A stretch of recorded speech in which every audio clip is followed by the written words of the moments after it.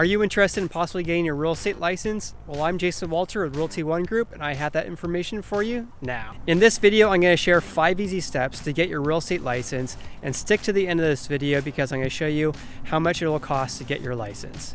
I'll also leave a link in the description below for my #1 recommendation to prep for and pass the real estate exam in California. And before we get started, to never miss a video about real estate related topics, subscribe to this channel right now and hit the bell to be notified when I post new videos, which, by the way, I post a new video every Tuesday and Thursday. All right, let's go ahead and dive into the video. If you're interested in getting your real estate license, then keep in mind that the requirements vary by the state. So just Google Department of Real Estate and then enter your state's name, and you'll be able to find your state's requirements. However, there's a lot of similarities between each state and what they require before you get your real estate license. So I'm going to be going over in detail some California related topics, but also some that just pertain to the whole US. The first step is to check to see if you're eligible to have a license in the state that you live in. But in general, in all US states, you must be about 18 years old and be a legal US resident. No experience and no college degree is required, so the barriers of entry are very low, and it's fairly easy to get your real estate license. The second step in getting your real estate license is to fulfill the education requirement, and that is true for all 50 states. And the education requirement, you have to take some classes through an accredited program, so just check online to see a list of the accredited programs in your area. In California, we're required to take 3 courses. One of them would be Real Estate Principles, Real Estate Practice, and then elective course. And there's about 12 elective courses you could take. When I applied for the real estate exam, I didn't have to take the elective course just based on some college courses I took around business and accounting. So just take a look at your state's requirements for that. The easiest way to satisfy the education requirements is to attend an online course rather than attend an in-person training. And this is because you can do it at your own pace. You can do it from the comforts of your own home. You can pause and rewind, which you can't do that obviously when you're attending a live course. Also, the online training courses tend to be a lot cheaper than the in-person training. For people who live in California, I definitely recommend a company called First Tuesday. They have a great online course that I took when I passed my exam almost 7 years ago, but I'm a horrible test taker, and I easily passed the first time I took the real estate exam. So I'd highly recommend First Tuesday. I'll leave a link in the description below for that course. Again, this is only for people who live in California. For First Tuesday, they don't offer training for people who live outside of California. But if you do live in California, they have a great program. I'd recommend their Basic Plus program, which is about $266, and they give you a ton of practice exams and practice questions, which are definitely the most important things you need to have in order to study for the exam. Regardless of which program you select for yourself, I definitely recommend to read through all the books and the materials that they give you, memorize any flashcards that are given to you, and then go through each and every one of the practice questions at least twice. After you complete the education requirements, the third step to get licensed is to send those transcripts to your Department of Real Estate, showing that you actually satisfied the education requirements. And again, in California, those are 3 courses. If you live in California, I highly recommend that you apply for the combined examination and license application. And that's because if you pass the exam, you'll get your license a lot quicker. Turnaround time after you apply for your exam is around 1 to 2 months until you actually get your test date. So once you're actually finally approved by the Department of Real Estate, you'll get your test date and you'll sit for the exam. However, there's times when they will deny the application, and I'll go over some scenarios here in just a bit. You also must get fingerprinted either after you apply for your exam or after you pass the exam, and this is called a live scan.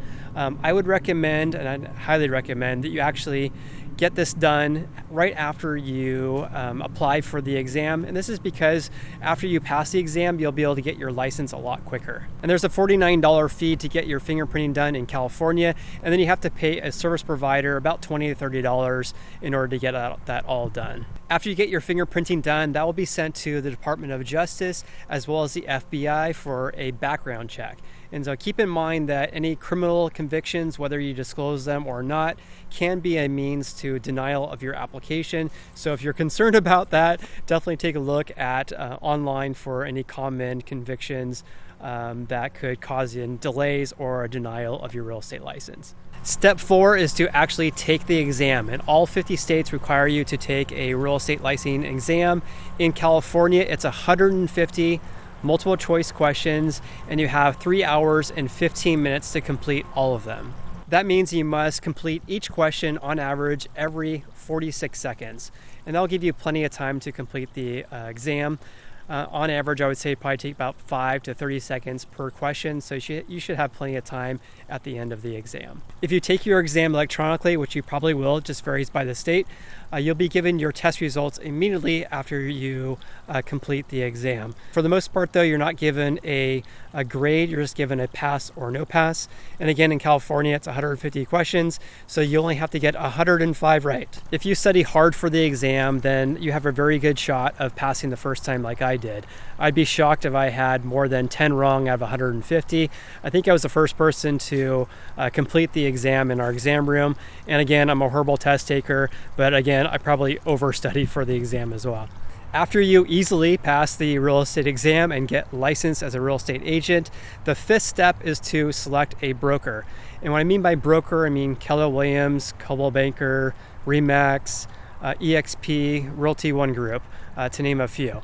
So you have to select a broker in order to hang your license with, because you're not allowed to work with buyers or sellers until you are affiliated with a broker. By the way, if you're interested in what the difference is between a broker's license and a real estate agent license, let me just explain that very briefly, and then I'll go over the cost of getting your real estate license. So in general, the difference between a broker license and a real estate agent license is there's different exams that you must take, and there's a different education requirements as well. In California, for the real estate agent requirements, you only need 3 courses to satisfy the education requirements, but as a broker you need 8 courses. In addition, you need to have at least 2 years as working as a real estate agent before you become before you can sit for the broker license. Most people just get their real estate agent license because they don't want to own their own firm.